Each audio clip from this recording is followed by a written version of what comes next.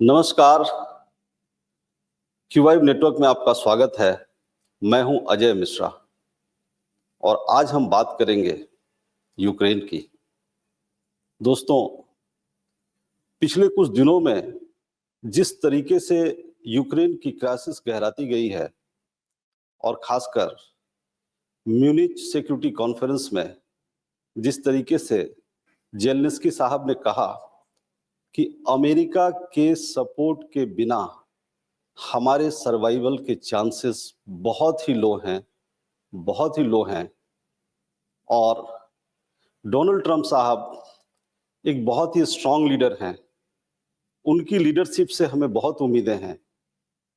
उन्हें आज न्यूट्रल रहने की ज़रूरत नहीं है, उन्हें हमारे साथ खड़ा होना चाहिए।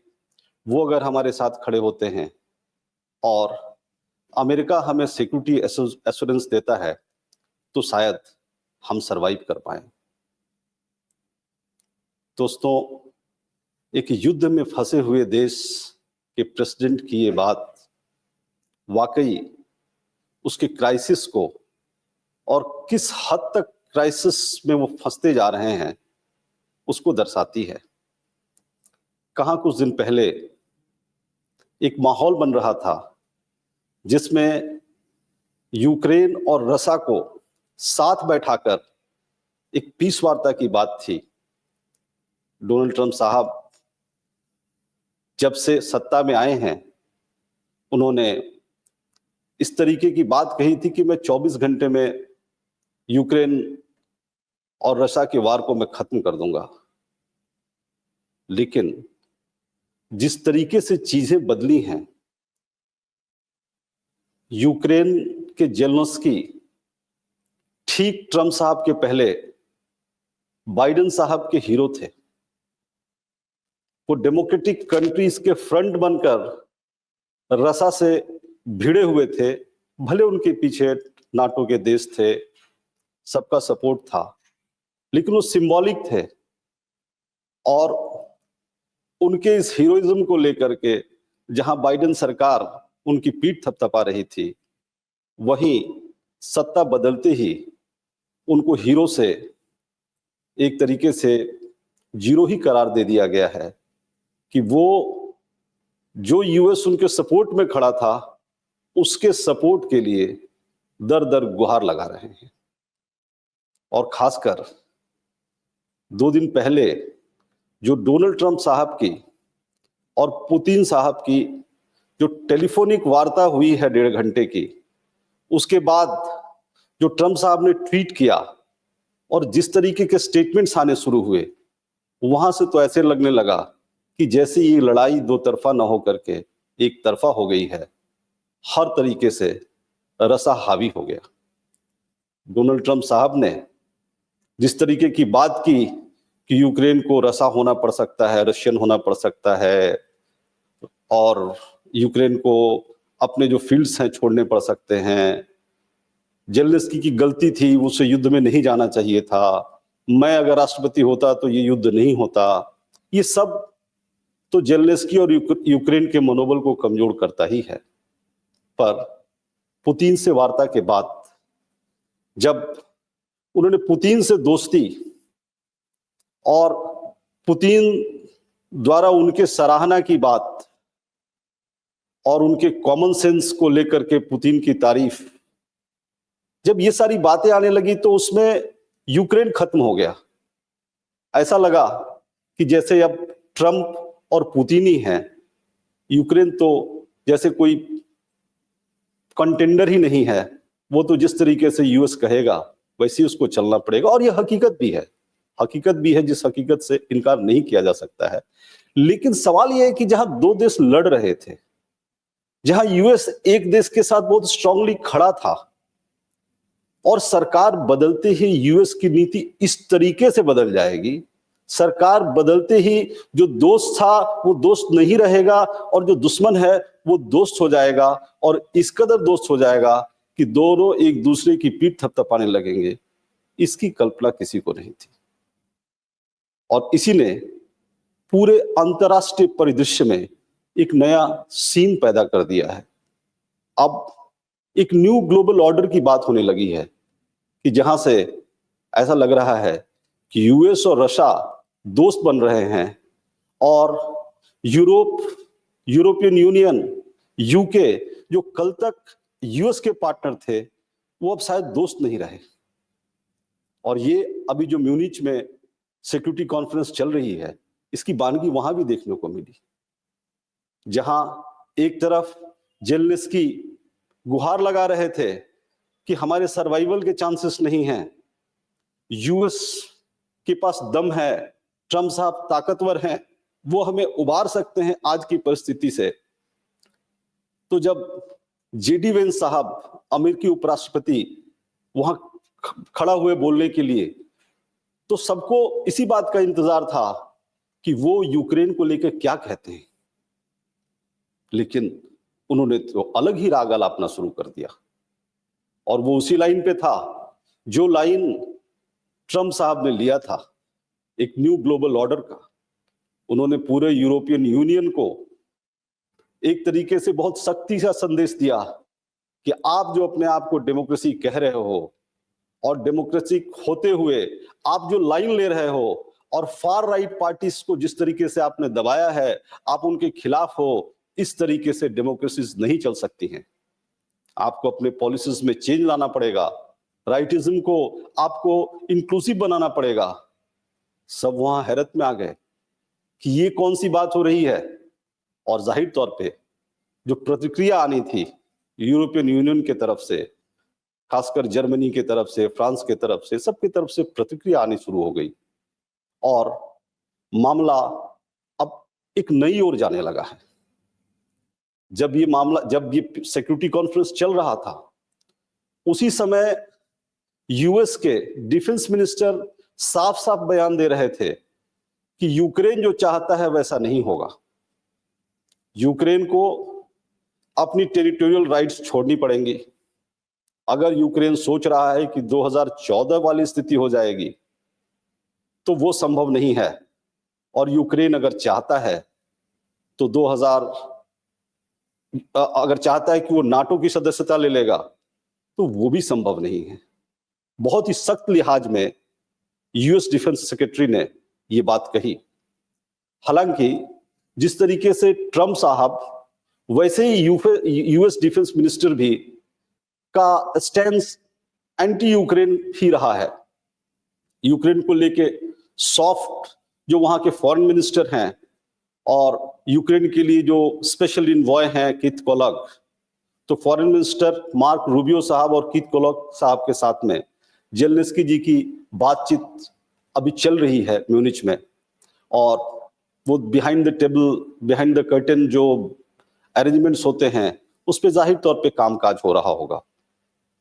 और जैसा कि तय है कि शायद अगले सप्ताह, भी डेट तो नहीं आया है, कि सऊदी अरेबिया में मीटिंग हो पुतिन साहब की और ट्रम्प साहब की, और संभवतः उसमें जेलेंस्की भी शामिल हो, और तब वो शायद फाइन लाइंस ड्रॉ किए जाएं कि वो क्या होंगी। पर जो अभी स्थितियां हैं, उन स्थितियों से दो बातें उभर करके आ रही हैं कि 2014 के टेरिटोरियल पॉइंट्स पे वापस नहीं आ सकते हैं। तो वो तो ऑलमोस्ट एक्सेप्टेबल है कि क्रीमिया को आपने ले लिया है, क्रीमिया वापस नहीं होगा। पर क्या 2022 की जो टेरिटोरियल पोजीशन थी, वो अब एक्सिस्ट करेगी क्या?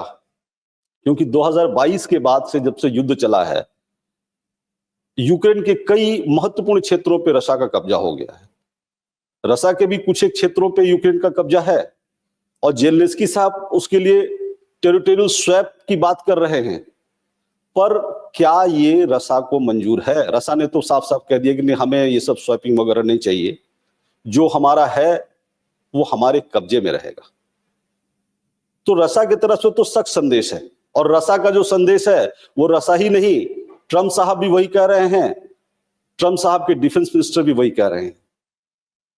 तो क्या बिल्कुल एक तरफा डील हो जाएगा? बहुत आसान तो नहीं होता है एक तरफा डील होना, लेकिन जितने मजबूती के साथ रशिया खड़ा है, और जिस क्राइसिस में यूक्रेन खड़ा है, और जो ट्रम्प साहब के स्टैंस हैं, उन स्टैंस को देखते हुए ऐसा लगता है कि कहीं ना कहीं वो फाइन लाइन वहां पे आएगी जहां से ट्रम्प साहब के इंटरेस्ट भी एड्रेस हो रहे हो, जहां से पुतिन का इंटरेस्ट भी एड्रेस हो रहा हो, और जहां से यूक्रेन की भी बात हो रही हो। और ये बात फिर लड़ाई से हटकर बिजनेस में चली आती है, क्योंकि जब से ट्रम्प साहब आए हैं उन्होंने यूक्रेन से साफ साफ कहा है कि भैया हमने तुम्हें बहुत पैसे दिए हैं। वो तो $200 बिलियन की बात कह रहे हैं, लेकिन जो इनका कहना है कि नहीं हमारे पास में कम पैसे आए, लेकिन पैसों को हटा करके उनका यह है कि वार में सपोर्ट के लिए हमें आपके माइनिंग रिजर्व्स पे कब्जा चाहिए, और उसके लिए जेलेंस्की साफ साफ तैयार दिखे हैं। उनके सारे स्टेटमेंट्स आ गए। वो केवल ये कह रहे हैं कि नहीं आप हमें एक सिक्योरिटी एश्योरेंस दे दो, सिक्योरिटी गारंटी दे दो, और अमेरिका कह चुका है कि नहीं हम अपने फोर्सेस वहां पर नहीं भेजेंगे। पर सवाल यह है कि अगर इनको माइनिंग रिजर्व्स पे कब्जा चाहिए तो ये अपने सिक्योरिटी फोर्सेस भेजे ना भेजे, इनको रसा को तो मिला करके चलना पड़ेगा, और किसी भी तरह की यूएस की मौजूदगी वहां रसा स्वीकार कर ले, ये आसान बात नहीं है। ट्रम्प साहब से भले 1.5 घंटे की वार्ता हो सकती है और वार्ता में बहुत सौहार्द का माहौल बन सकता है, दोनों दोस्त की बात कर सकते हैं, लेकिन हकीकत में रसा अपने दरवाजे पे यूएस को लाके खड़ा कर दे माइनिंग राइट्स के बदौलत ही, और माइनिंग राइट्स के आड़े में यूएस फोर्सेस वहां आ जाए, ये आसान नहीं है। तो जाहिर तौर पे कि जो डील होने जा रहा है, और डील के लिए जो मीटिंग का पॉइंट जिस तरीके से सऊदी अरेबिया को रखा गया है, सऊदी अरेबिया के मोहम्मद सलमान साहब के बहुत अच्छे संबंध पुतिन से भी हैं और अच्छे संबंध ट्रम्प साहब से हैं, जाहिर तौर पे इसीलिए सऊदी अरेबिया को इस मीटिंग का पॉइंट रखा गया। और ये सब तीनों के तीनों बहुत बड़े बिजनेस इंटरेस्ट वाले लोग हैं। तो क्या यूक्रेन के सिक्योरिटी गारंटी में तीनों कहीं ना कहीं अपने किसी बिजनेस इंटरेस्ट को सर्व करेंगे? क्योंकि अमेरिका को बिजनेस इंटरेस्ट तो है और रसा को भी बिजनेस इंटरेस्ट है। ऐसी भी बातें हैं कि यूएस के खास करके एलन मस्क की कंपनियों में रशिया के कुछ बड़े बिजनेसमैन का स्टेक है। तो behind the curtain business interest सबका है, और बिजनेस इंटरेस्ट के आधार पे ही कहीं ना कहीं वो रास्ता निकालने की कोशिश होगी जिसमें कि यूक्रेन पे यूएस के बिजनेस इंटरेस्ट सर्व होते हो, और यूएस की मौजूदगी से रसा को भी कोई संकट नहीं हो। यानी कि रसा से इस तरीके की गारंटीज ली जाएंगी कि वो आगे कोई अपना एक्सपेंशनिस्ट पॉलिसी नहीं रखे, जो कि वो पहले भी देते रहा है, और उस एक्सपेंशनिस्ट पॉलिसी को उसने किनारे करते हुए जब जरूरत पड़ी है उसने एक्सपेंशन भी किया है। पर यूएस के कहने पे और यूएस के सपोर्ट के लिए शायद वो रसा उस पर तैयार हो जाए। क्योंकि 2022 के टेरिटोरियल पोजीशन की बात नहीं हो रही है। हालांकि बहुत आसान नहीं है कि रसा 2022 के टेरिटोरियल पोजीशंस के उसके बाद जो एक्वायर किया उसको वो छोड़ दे, लेकिन संभव है कि वहां कुछ ना कुछ ऐसा ग्रेसफुल किया जाए। चूंकि पुतिन साहब को भी अपनी जनता को एड्रेस करना है, जेलेंस्की साहब को भी अपनी जनता को एड्रेस करना है, और अमेरिकन इंटरेस्ट जिन एरियाज में है उसमें से कुछ रसा के भी कब्जा में है। तो कहीं ना कहीं कुछ ऐसे डील होने के चांसेस हैं कि जहां पे यूएस का इंटरेस्ट सर्व हो जाता है। पर यूक्रेन का क्या होता है? यूक्रेन तो सब जगह से खोता खोता ही है। जेलेंस्की साहब को जनता को बताने के लिए क्या होगा? यूक्रेन की जनता जो लंबे युद्ध से थक गई है, बर्बाद हो गई है, अब उस युद्ध को कंटिन्यू नहीं करना चाहती है, उस जनता को अपने राष्ट्रीयता को लेकर के क्या महसूस होगा? यूरोपियन यूनियन, नाटो, जो सब के सब कहीं पीछे खड़े थे, उनको अपनी कैसी शिकस्त दिखेगी इसमें? क्योंकि पुतिन साहब और ट्रम्प साहब एक हो सकते हैं, और वो इसलिए हो सकते हैं कि ट्रम्प साहब के एजेंडा पे पुतिन साहब नहीं है, जिनपिंग साहब हैं। उनके लिए चाइना को लेकर के चिंता है। अगर आप देखिए कि रशिया, यूएस और चाइना, तीनों में एक जो कॉमन बात है कि तीनों के जो स्टेट हेड्स हैं वो खुलेआम एक्सपेंशन करने में उन्हें कोई गुरेज नहीं है। रशिया को यूक्रेन हो, क्रीमिया हो, कब्जा करने में कोई गुरेज नहीं है। जिनपिंग साहब ने अभी ताइवान को लेकर कहा है, और हो सकता है किसी दिन ताइवान को लेकर क्राइसिस खड़ी हो जाए। डोनाल्ड ट्रंप साहब आने के साथ ही कनाडा को अपना 51वां स्टेट बनाने की बात कर रहे हैं, ग्रीनलैंड खरीदने की बात कर रहे हैं, गाजा पे कब्जा की बात कर रहे हैं, पनामा पे कब्जा की बात कर रहे हैं। तो चिंता विश्व के लिए है कि ऐसे एक्सपेंशनिस्ट स्टेट हेड्स अगर एक हो जाए तो विश्व का क्या होगा। इनके मन में अगर ये समा जाए कि आओ अब देश देश खेलते हैं, जिसके मन में जो आता है, जिसके झोली में जो आता है उसको कब्जा करना शुरू कर देते हैं और एक दूसरे का पीठ थपथपाना शुरू करते हैं, तो जिस न्यू ग्लोबल ऑर्डर की तार ट्रम्प साहब ने अपने पुतिन साहब की वार्ता से छेड़ दी है, उसके फिर सुर निकलने लगेंगे। फिर यूक्रेन हो या कोई देश हो, जब वो ऐसी स्थिति में फंसेगा तो उसके पास कोई रास्ता नहीं होगा, क्योंकि उसको डुबोने वाला कोई और नहीं होगा, उसका साथी ही होगा। मुझे याद आता है हिंदी फिल्म की एक मशहूर गीत, अमर प्रेम फिल्म की है, जो आनंद बख्शी साहब ने लिखा है कि चिंगारी कोई भड़के तो सावन उसे बुझाए, सावन जो अगन लगाए उसे कौन बुझाए।